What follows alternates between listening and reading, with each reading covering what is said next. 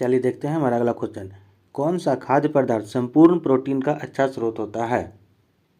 कौन सा खाद्य पदार्थ है जो संपूर्ण प्रोटीन का अच्छा स्रोत होता है? प्रोटीन की बात कर रहे हैं।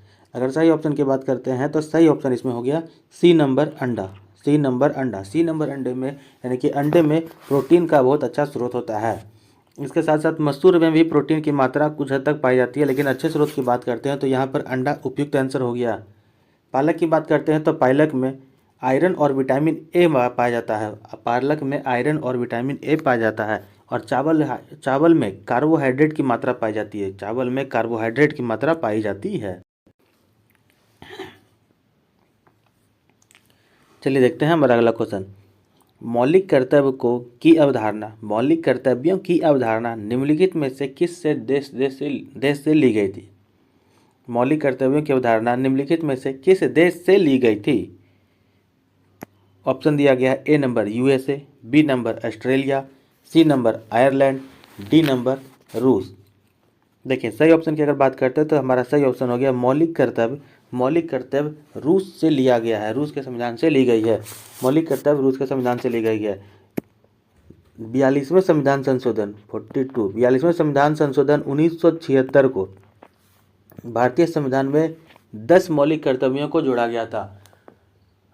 42वें संविधान संशोधन 1976 में भारतीय संविधान में 10 मौलिक कर्तव्यों को जोड़ा गया था, जिसे भाग 4A में 10 मौलिक कर्तव्यों को जोड़ा गया। और बाद में 86वां संविधान संशोधन 2002 में 11वें मौलिक कर्तव्य को जोड़ा गया। 11वें मौलिक कर्तव्य को जोड़ा गया। 42वें संविधान संशोधन में 10 मौलिक कर्तव्य और 86वें संविधान संशोधन में 11वें यानी कि एक मौलिक कर्तव्य को फिर से जोड़ा गया। मौलिक कर्तव्य का वर्णन भाग 4A में किया गया है। भाग 4A में किया गया है। अब देखते हैं यूएसए की बात। तो यूएसए से प्रस्तावना, मौलिक अधिकार, न्यायिक पुनरावलोकन, संविधान की सर्वोच्चता और न्यायपालिका की स्वतंत्रता, राष्ट्रपति और महाराष्ट्रपति और उपराष्ट्रपति और प्रमुख पद पर महाभियोग का वर्णन, ये सारी बातें अमेरिका से ली गई है। फिर से देखते हैं।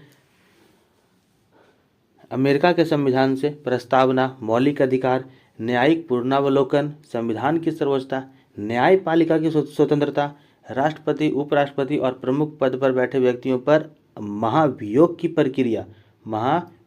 प्रक्रिया, ये सभी अमेरिका के संविधान से ली गई है। ऑस्ट्रेलिया की बात करते हैं तो ऑस्ट्रेलिया से प्रस्तावना की भाषा, समवर्ती सूची का प्रावधान और केंद्र व राज्य के बीच शक्तियों का बंटवारा, शक्तियों का विभाजन, संसद के दोनों सदनों की संयुक्त बैठक, ये सभी प्रावधान ऑस्ट्रेलिया से लिए गए हैं। आयरलैंड की बात करते हैं तो आयरलैंड से नीति निर्देशक सिद्धांत, राष्ट्रपति का निर्वाचन मंडल, राष्ट्रपति द्वारा राज्यसभा में साहित्य, कला और विज्ञान, समाज सेवा इत्यादि के क्षेत्र में ख्याति प्राप्त व्यक्तियों का मनोनीत करना, ये सभी आयरलैंड के संविधान से लिए गए हैं। जिसमें से काफ़ी प्रमुख हो जाता है आयरलैंड के संविधान से नीति निर्देशक सिद्धांत और राष्ट्रपति का निर्वाचन मंडल की व्यवस्था, ये मुख्य रूप से आयरलैंड से लिए गए हैं, जो काफ़ी जरूरी है। हमारा अगला क्वेश्चन हो गया, वास्तुकला की गुलबर्ग और बीदर शैली को निम्नलिखित में से किस राजवंश द्वारा संरक्षण दिया गया है?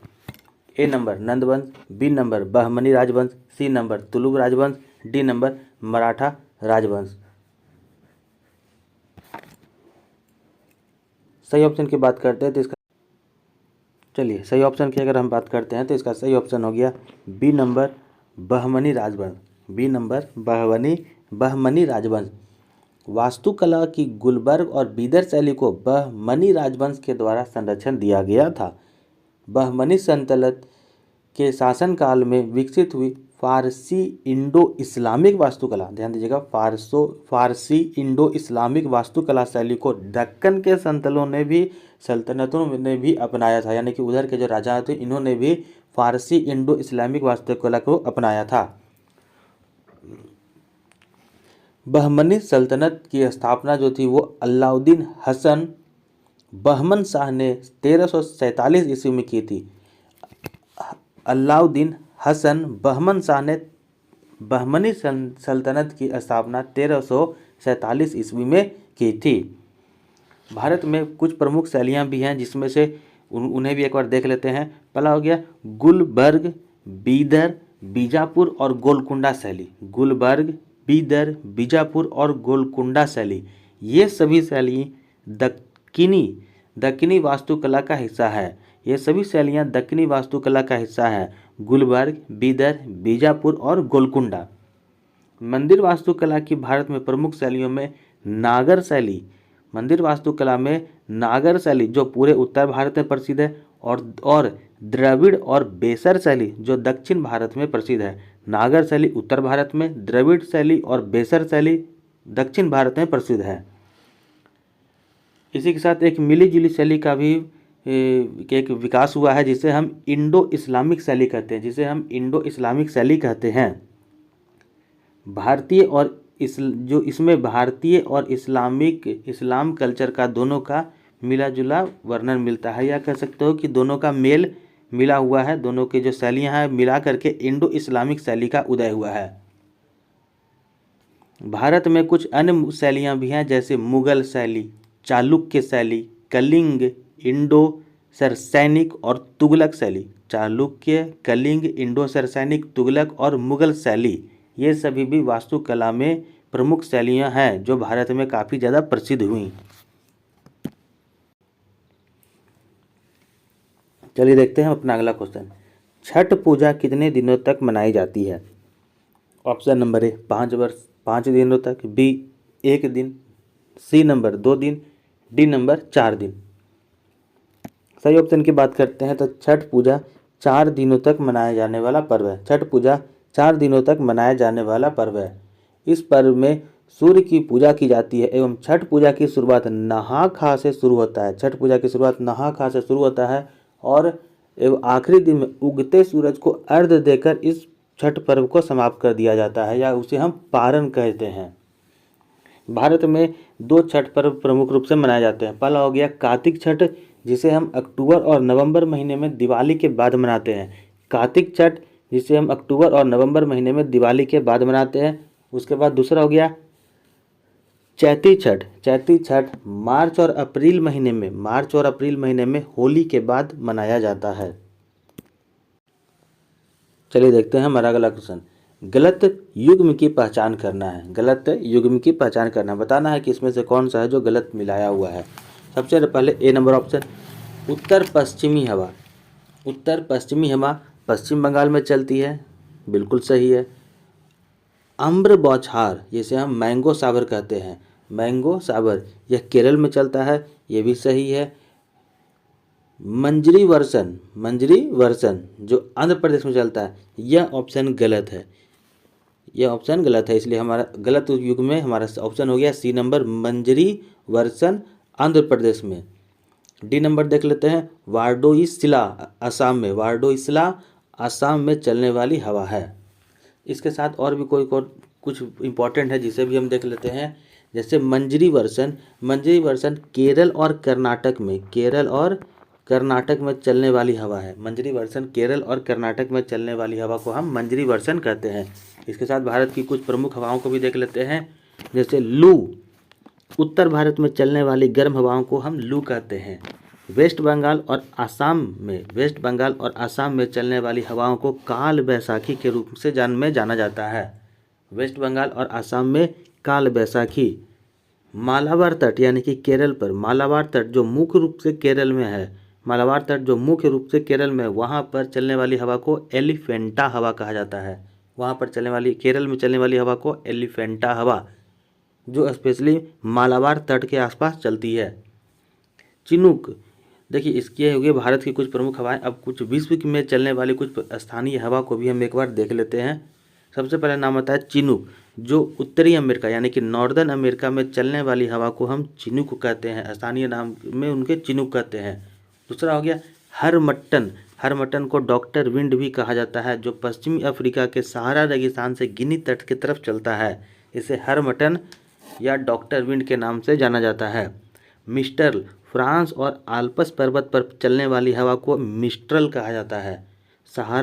से भूमध्य सागर की ओर चलने वाली हवा को सिरोको, सहारा से भूमध्य सागर की ओर चलने वाली हवा को सिरोको कहा जाता है। मध्य यूरोप में चलने वाली हवा को बोरा, मध्य यूरोप में चलने वाली हवा को बोरा कहा जाता है। चलिए देखते हैं हमारा अगला क्वेश्चन। कैप्टन हॉकिंस ने किसके शासनकाल के दौरान भारत का दौरा किया था? कैप्टन हॉकिंस ने किसके शासनकाल में भारत का दौरा किया था? A number Babar, B number Shahjahan, C number Jahangir, D number Akbar. सही ऑप्शन की बात करते हैं तो इसका सही ऑप्शन हो गया C number Jahangir. C number Jahangir. Captain Hawkins ने जहांगीर के शासनकाल में के दौरान भारत का दौरा किया था। कैप्टन विलियम हॉकिंस 1608 ईस्वी में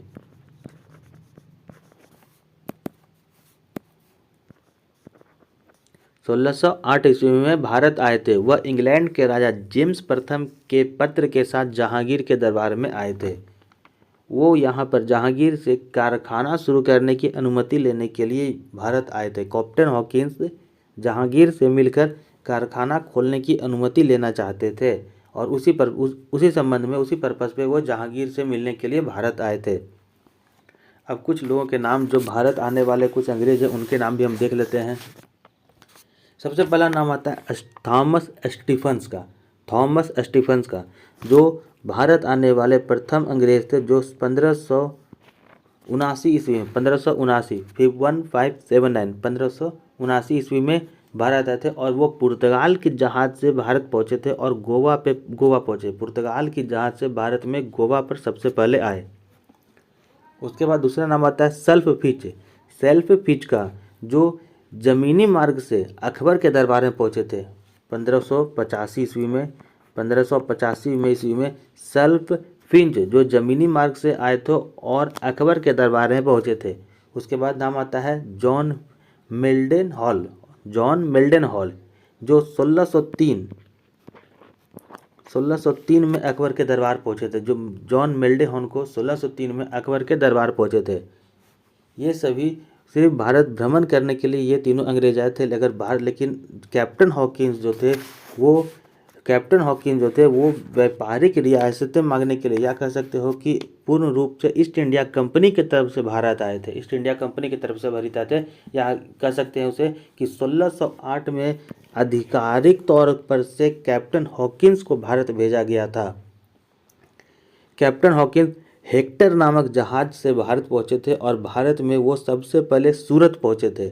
कैप्टन हॉकिंस 1608 में ईस्ट इंडिया कंपनी की तरफ से आधिकारिक तौर पर भारत आए। उन्होंने जहांगीर में से आकर के मिला और जहांगीर से मिल कर के व्यापार खोलने के लिए कुछ रियासतें मांगी थी, व्यापारिक रियासतें मांगे थी। कैप्टन हॉकिंस भारत में सबसे पहले सूरत पर पहुंचे थे। हेक्टर नामक जहाज से सूरत पर पहुंचे थे। चलिए देखते हैं हमारा अगला क्वेश्चन। महात्मा गांधी काशी विद्यापीठ की स्थापना शिव प्रसाद गुप्ता और भगवान दास ने वर्ष डैश में की थी। महात्मा गांधी काशी विद्यापीठ की स्थापना शिव प्रसाद गुप्ता और भगवान दास ने वर्ष डैश में की थी, यानी कि किस वर्ष किया गया था उसके बारे में बताना है। सही ऑप्शन की हम बात करते हैं तो इसका सही ऑप्शन हो गया हमारा सी नंबर 1921। महात्मा गांधी काशी विद्यापीठ की स्थापना शिव प्रसाद गुप्ता ने और भगवान दास ने वर्ष 1921 में की थी। इसकी स्थापना असहयोग आंदोलन के दौरान हुई थी। काशी विश्वपीठ, महात्मा गांधी काशी विद्यापीठ की स्थापना जो है वह असहयोग आंदोलन के दौरान हुई थी। इनका मूल नाम काशी विद्यापीठ था। ये विद्यापीठ जो स्थापना की गई थी, इसका पुराना नाम या मुख्य रूप से मेन नाम काशी विद्यापीठ था। 1995 में काशी विद्यापीठ से नाम बदलकर महात्मा गांधी काशी विद्यापीठ रख दिया गया। इस विद्यालय के पहले कुलपति भगवान दास थे। इस विद्यालय के पहले कुलपति भगवान दास थे। ये तो हो गया महात्मा गांधी काशी विद्यापीठ की। अब हम बात करते हैं अंग्रेजों के समय खुलने वाले प्रमुख उन सभी इंस्टीट्यूट को जिस पर अंग्रेजों के द्वारा खोला गया, या कह सकते हो कि अंग्रेजों ने स्वयं अपने संरक्षण में हो रहते हुए प्रमुख इंस्टीट्यूट या इसको खोला। सबसे पहला नाम आता है कलकत्ता मदरसा का। सबसे पहला नाम कलकत्ता मदरसा का, जो 1781 ईस्वी में कलकत्ता मदरसा में बनाता है। 1781 ईस्वी में कलकत्ता मदरसा बनाता। इसे बनाने में वारेन हेस्टन का काफ़ी योगदान रहा, या कह सकते हो कि वारेन हेस्टन के समय में कलकत्ता मदरसा 1781 का निर्माण किया गया। दूसरा आता है बनारस संस्कृत कॉलेज 1791 बनारस संस्कृत कॉलेज, जिसके खोलने में जोनाथन डंकन का बहुत बड़ा योगदान रहा। उसके बाद आ जाइए, देखते हैं फोर्ट विलियम कॉलेज जो 1800 में खुला। फोर्ट विलियम कॉलेज जो 1800 में खुला, और इसे खोलने में लॉर्ड वेलेस्ली का हाथ रहा, लॉर्ड वेलेस्ली का पूरा सहयोग रहा। उसके बाद 1854 में वुड डिस्पैच नीति भारत आई। 1854 में वुड डिस्पैच नीति भारत आई, जिस वुड डिस्पैच नीति को मैग्ना कार्टा कहा गया। भारत में वुड डिस्पैच नीति को इंग्लिश का मैग्ना कार्टा कहा गया। वुड डिस्पैच नीति के तहत 1857 में 3 बड़े यूनिवर्सिटी खोली गए। वुड डिस्पैच नीति के अंतर्गत 1857 में 3 बड़ी यूनिवर्सिटी खोली गई, जिसमें से सबसे पहला कलकत्ता यूनिवर्सिटी, दूसरा बॉम्बे यूनिवर्सिटी, और तीसरा मद्रास यूनिवर्सिटी। कलकत्ता, बॉम्बे और मद्रास यूनिवर्सिटी को वुड डिस्पैच नीति के सिफारिश के बाद खोला गया था। कुछ अन्य नाम देखते हैं। मयो कॉलेज जिसे अजमेर में खोला गया 1875 में, और लॉर्ड मयो द्वारा इसकी स्थापना की गई थी। लॉर्ड मयो द्वारा मयो कॉलेज अजमेर 1875 में इसकी स्थापना की गई थी। अगला आता है मोहनडम एंग्लो ओरिएंटल कॉलेज, जिसे 1920 में अलीगढ़ मुस्लिम विश्वविद्यालय के नाम रख दिया गया। जिसे 1920 में अलीगढ़ मुस्लिम विश्वविद्यालय नाम रख दिया गया, और इसकी स्थापना सर सैयद अहमद खान ने, इसकी स्थापना मोहनडम एंग्लो ओरिएंटल कॉलेज या अलीगढ़ मुस्लिम विश्वविद्यालय की स्थापना सर सैयद अहमद खान ने करवाई थी।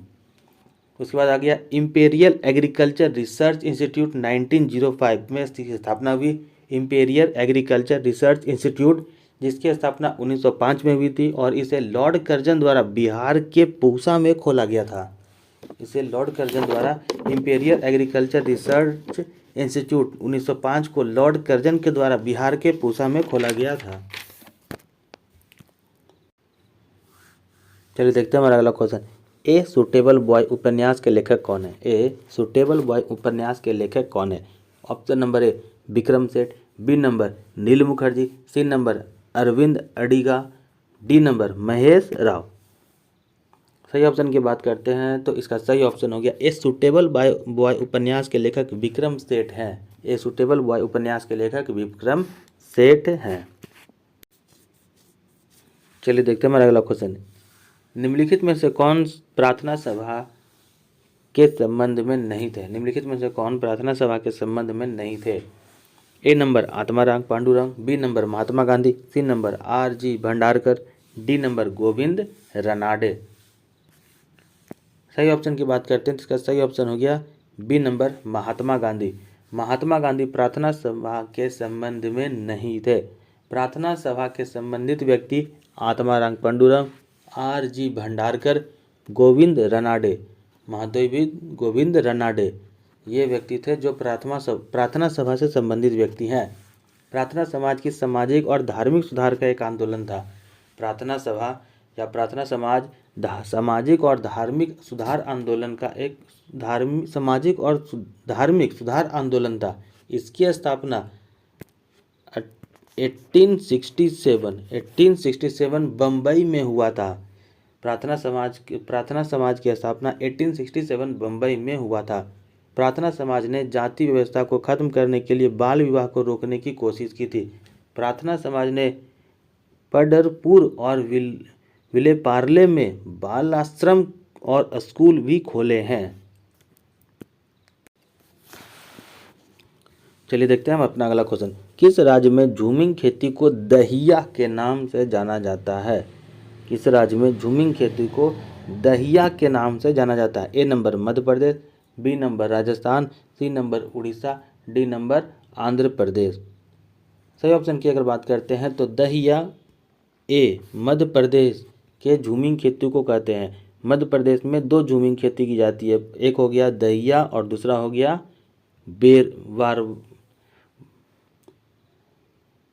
बेवर।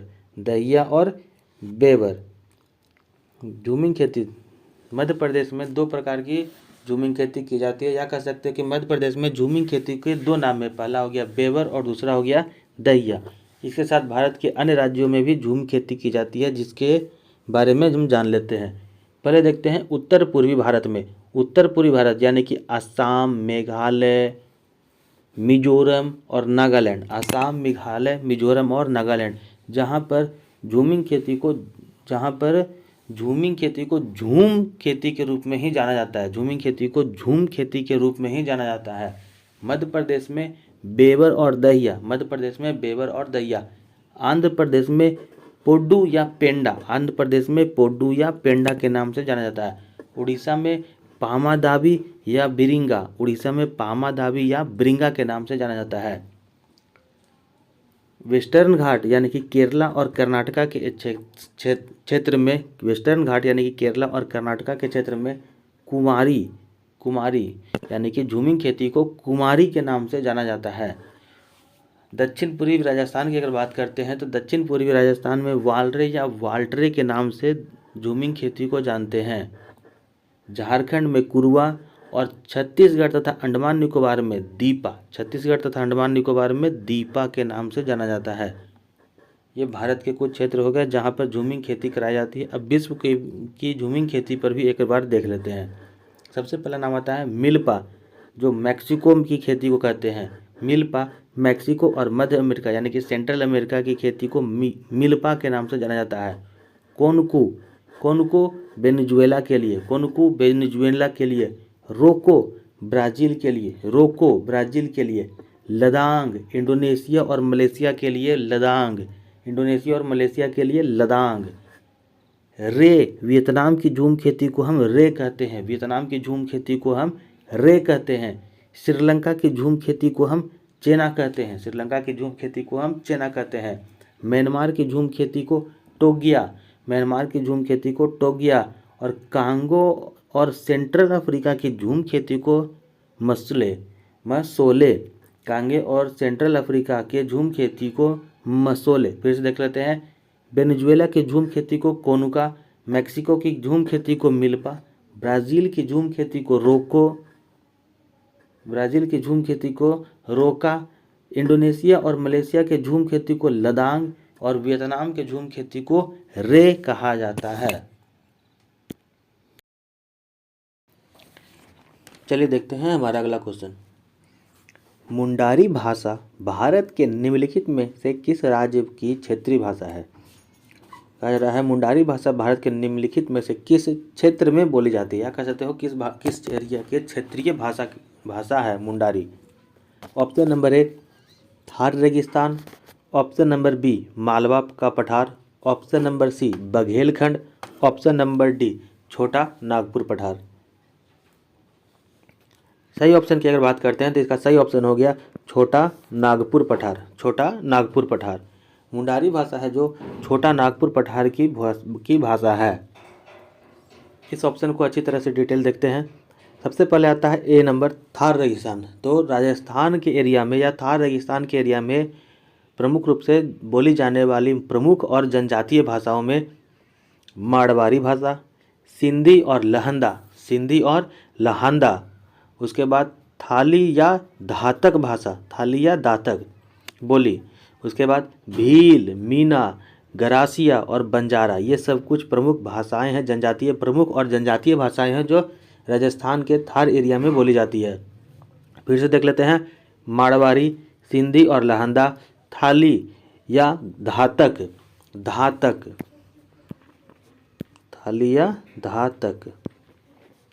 उसके बाद भील, मीना, गरासिया गरासिया और बंजारा, ये प्रमुख भाषा राजस्थान की है।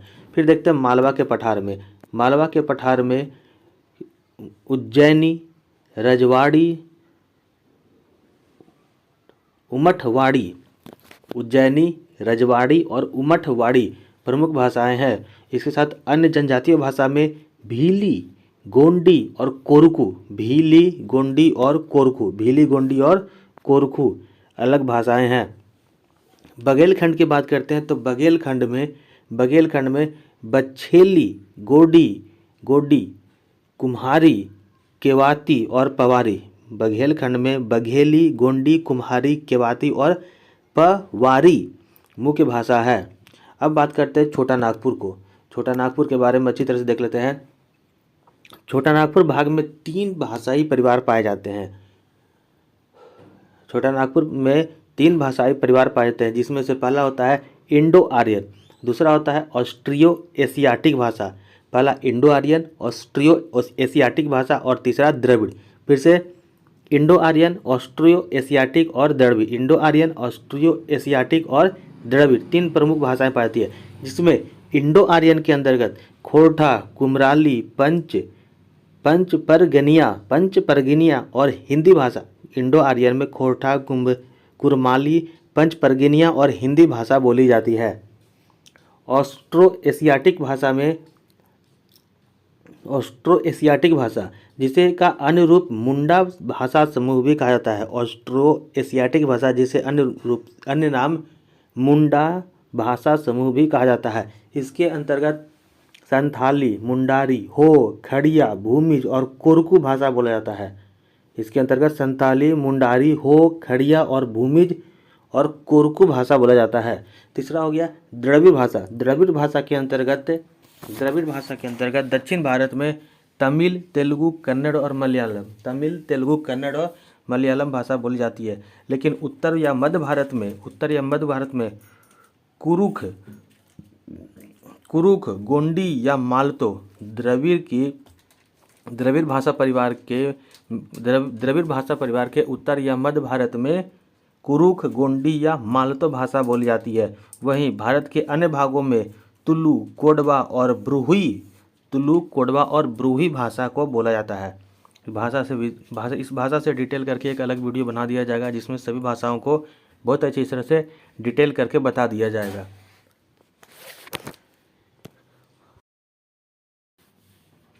चलिए देखते हैं हमारा अगला क्वेश्चन। लोक रंग महोत्सव का आयोजन कौन से राज्य करता है? लोक रंग महोत्सव का आयोजन कौन सा राज्य करता है? A number Himachal Pradesh, B number Uttar Pradesh, C number Arunachal Pradesh, D number Madhya प्रदेश। सही ऑप्शन की अगर बात करते हैं तो सही ऑप्शन हो गया डी नंबर मध्य प्रदेश। लोक रंग महोत्सव मध्य प्रदेश में आयोजित किया जाता है और यह भोपाल शहर में कराया जाता है। भोपाल शहर में कराया जाने वाला यह 5 दिनों का त्यौहार है। 5 दिनों का त्यौहार है और सबसे खास बात यह है कि लोकरंग महोत्सव हर साल 26 जनवरी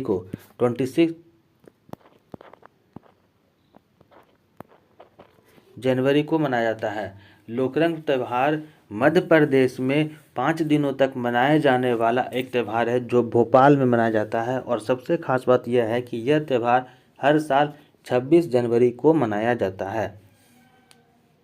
चलिए हिमाचल प्रदेश की अगर बात करते हैं तो हिमाचल प्रदेश में भरारा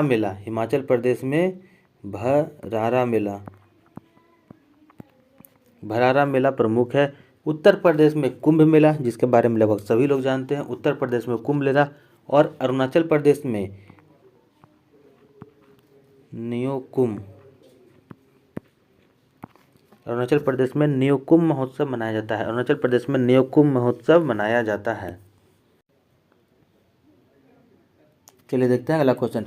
विश्व का दूसरा सब पुराना क्रिकेट क्लब भारत में है और यह कहाँ स्थित है? विश्व का दूसरा सबसे पुराना क्रिकेट क्लब भारत में है और यह कहाँ स्थित है? Option number A Mumbai, option number B Kolkata, option number C Chennai और डी नंबर ऑप्शन हैदराबाद। देखिए सही ऑप्शन की अगर हम बात करते हैं तो इसका सही ऑप्शन हो गया बी नंबर कोलकाता। विश्व का दूसरा सबसे पुराना क्रिकेट क्लब कोलकाता में स्थित है। अब दूसरे की बात करते हैं तो दूसरा इसलिए क्योंकि इसका निर्माण 1792 में किया गया था। 1792 में किया गया था। जबकि विश्व का सबसे पुराना और पहला क्रिकेट क्लब लंदन में मेरीलेबोन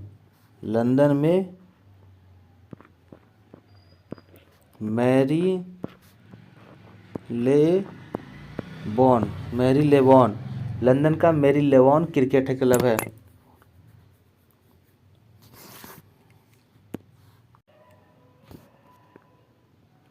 चलिए देखते हैं अपना अगला क्वेश्चन। पंडित बिरजू महाराज डैश नृत्य से संबंधित हैं।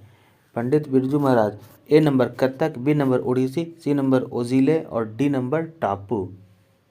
सही ऑप्शन की अगर बात करते हैं तो इसका सही ऑप्शन हो गया पंडित बिरजू महाराज ए नंबर कथक से संबंधित हैं। पंडित बिरजू महाराज कथक से संबंधित हैं। कथक जो है वो उत्तर भारत का शास्त्रीय नृत्य है। कथक उत्तर भारत का शास्त्रीय नृत्य है। इस शब्द में कथा से बना होता है। यह शब्द जो कथा से बना होता है जिसका अर्थ होता है कहानी कहने की कला।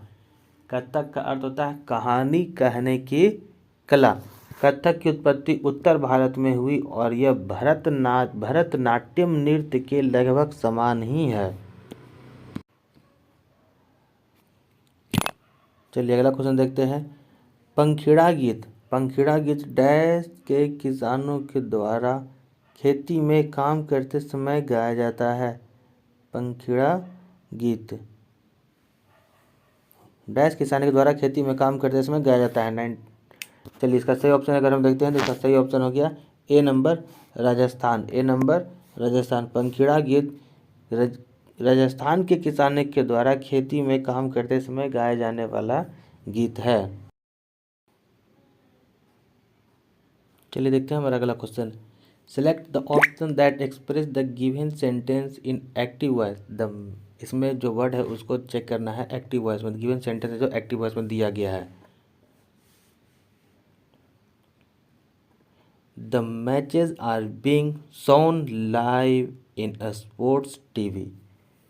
सही ऑप्शन की बात करते हैं तो इसका सही ऑप्शन हो गया हमारा बी नंबर। सही ऑप्शन हमारा हो गया बी नंबर।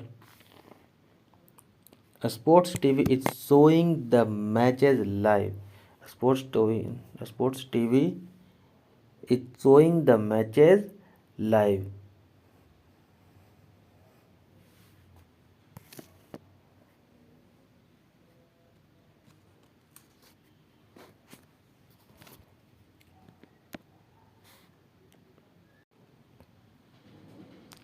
चलिए देखते हैं हमारा अगला क्वेश्चन।